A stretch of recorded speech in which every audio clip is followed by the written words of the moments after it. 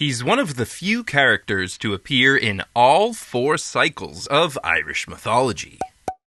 But is Manannán-Llŷr, Llŷr meaning son of the sea, the Irish god of the sea? Or was he a historical merchant, renowned for his navigatory prowess and namesake of the Isle of Man? Or is he a 3-legged giant who rolls like a wheel through the mist, thus giving the Isle of Man its most enduring national symbol? The answer? It really depends on which stories and texts you look at. In his most popular incarnation, Manannán is a member of Ireland's divine tribe, the Tuatha Dé Danann, and he's the possessor of many supernaturally imbued objects and animals, including a self-navigating boat called the Scuaba Tenya, Wave Sweeper, a sword, Fragarach, Answerer, that can cut through any armor, another sword, Dieltach, Retaliator, that can slay with every stroke, a horse, Ainver, aka Ainver of the Flowing Mane, that can gallop across the surface of the sea, a speckled cow he brought to Ireland from India that can provide a constant supply of milk, and 7 pigs or swine which, after being slaughtered and eaten, can be reconstituted so they can be slaughtered and eaten again, ad infinitum. I should also mention that after the Tuatha Dé Danann are defeated by the invading Milesians, who are the final race of beings to settle in Ireland according to the Laura Gawala Erin, or Book of the Taking of Ireland, commonly known as the Book of Invasions, it is Manannán who is tasked with assigning the Tuatha Dé Danann nobles the she or mounds they will henceforth inhabit. And to help them stay hidden from prying human eyes, Manannán provides his fellow gods with the Fiata, which is a magical mist of invisibility. This according to the tale Altrum Tiga Da Mater, or the nourishment of the houses of 2 milk vessels.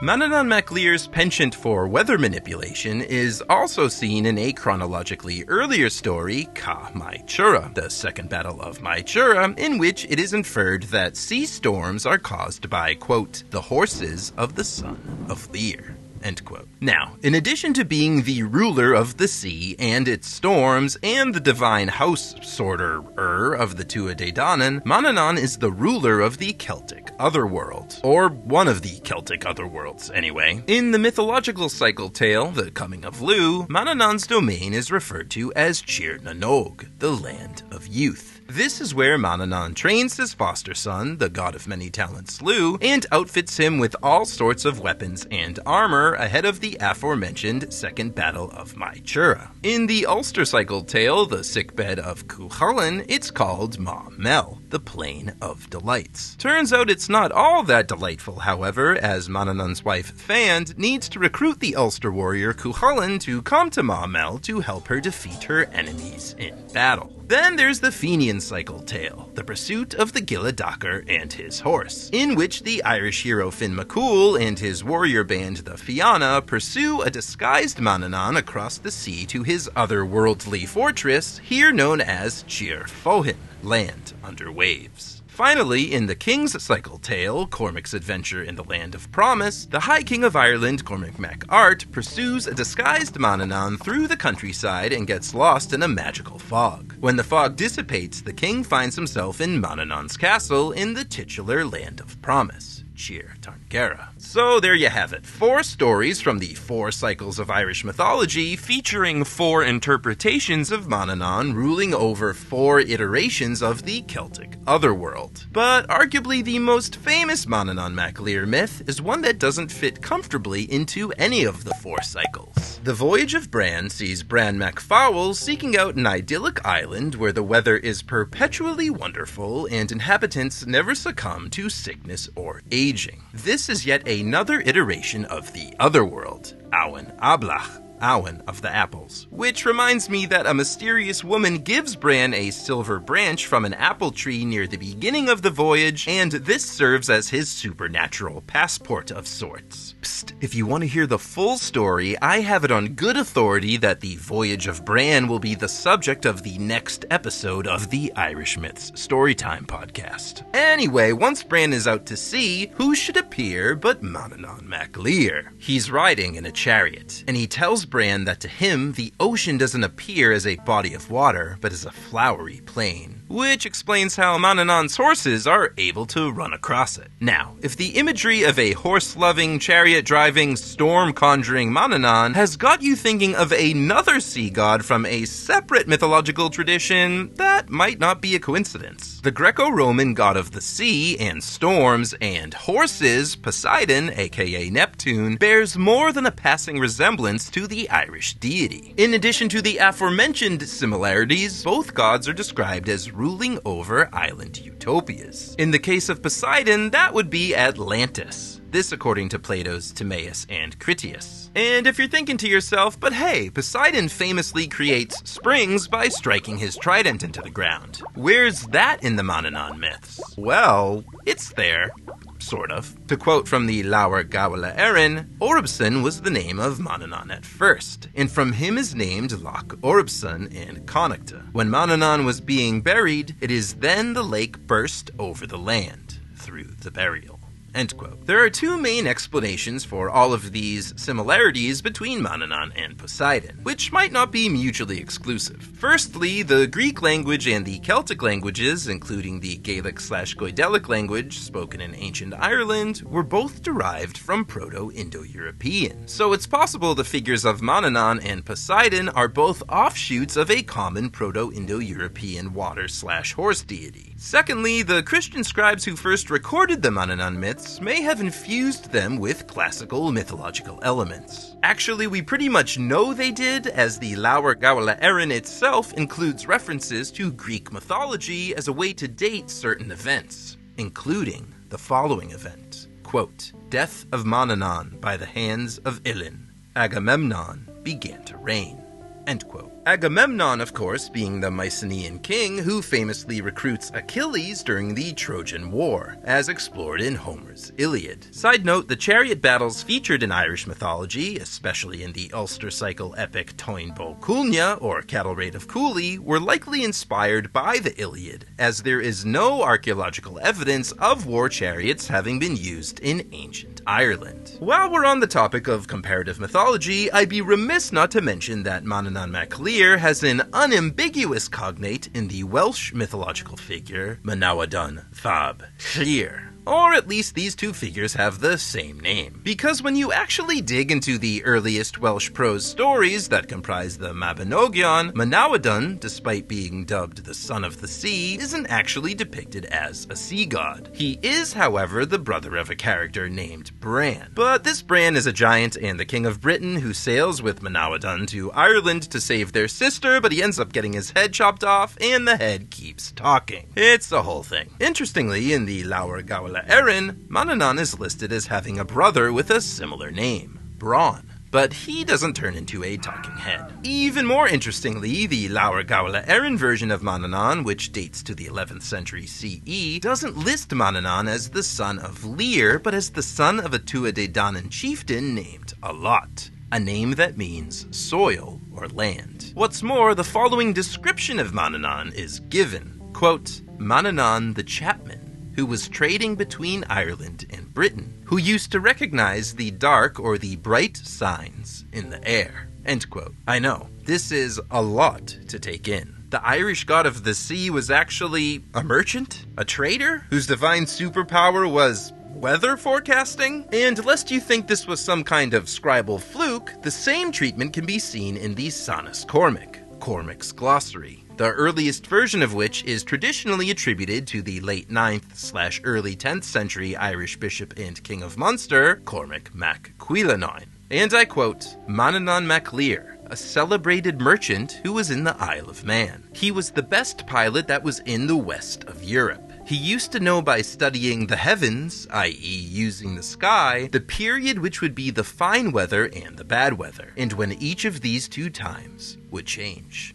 End quote. The entry goes on to note in Latin that both the Britons and the Scoti, the latter being a reference to the Gaels of Ireland and later coastal Scotland, began calling Manannán the god of the sea, and hence he became known as Manannán-Mac Llŷr, son of the sea. The Latin also notes that the Isle of Man was named after him. However, a more likely etymology for the Isle of Man, according to Celtic scholar John T. Coke, is that it's derived from the Proto-Celtic monios, meaning mountain, same as the Welsh island of Anglesey, which in its native Welsh is called Ynys Môn. Etymology aside, Manannán has another potential connection to the Isle of Man, and this one is, well, you just gotta listen. The following is a footnote that John O'Donovan included under the entry for Manannán mac Llŷr in his famed English translation of Cormac's Glossary, published in 1868. Quote, according to the traditions in the Isle of Man and the eastern counties of Leinster, this first man of Man rolled on 3 legs like a wheel through the mist, and hence the 3-legged figure on the Manx halfpenny, and the motto, Quaconque Euhemeris stabit, whithersoever you throw it,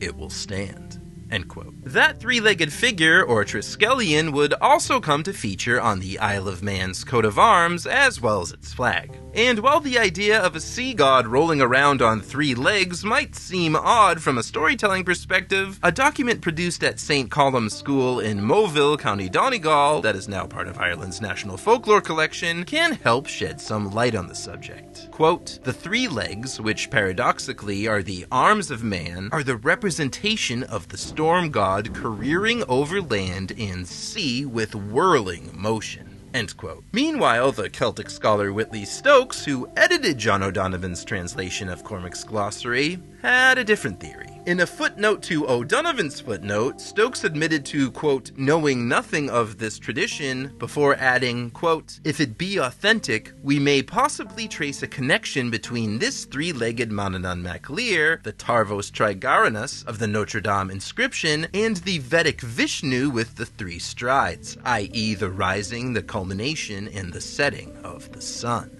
End quote. The inscription Whitley is referring to here comes from the Pillar of the Boatman, a Gallo-Roman monument constructed in the 1st century CE that depicts a host of deities, including the horned god Cernunnos and the aforementioned Tarvos Trigaranus, who is represented as a bull with a trio of cranes on his back. And I'm sure you're all familiar with the Hindu deity Vishnu. The 3 strides Stokes mentioned, aka the Trivikrama, typically refers to Vishnu establishing the cosmic order by covering the earth with his first step, the air or ether with his second step, and the heavens or immortal realm with his third step. Granted, some have argued, as Stokes did, that Vishnu's 3 strides also correspond to the 3 points in the sun's course across the sky. But apart from the tripartite nature of these aforementioned deities, it's hard to make a direct connection between them and Manannán mac Llŷr. Besides, as I already explored in my video on Celtic knots, there are several other potential explanations for how the Isle of Man's 3-legged Triskelion, or Triskels, came into being. So it's possible that descriptions of Manannán rolling around on 3 legs were made retroactively, i.e. storytellers saw the 3-legged symbol, perhaps on a stained glass window or coat of arms, and invented the story to fit the imagery.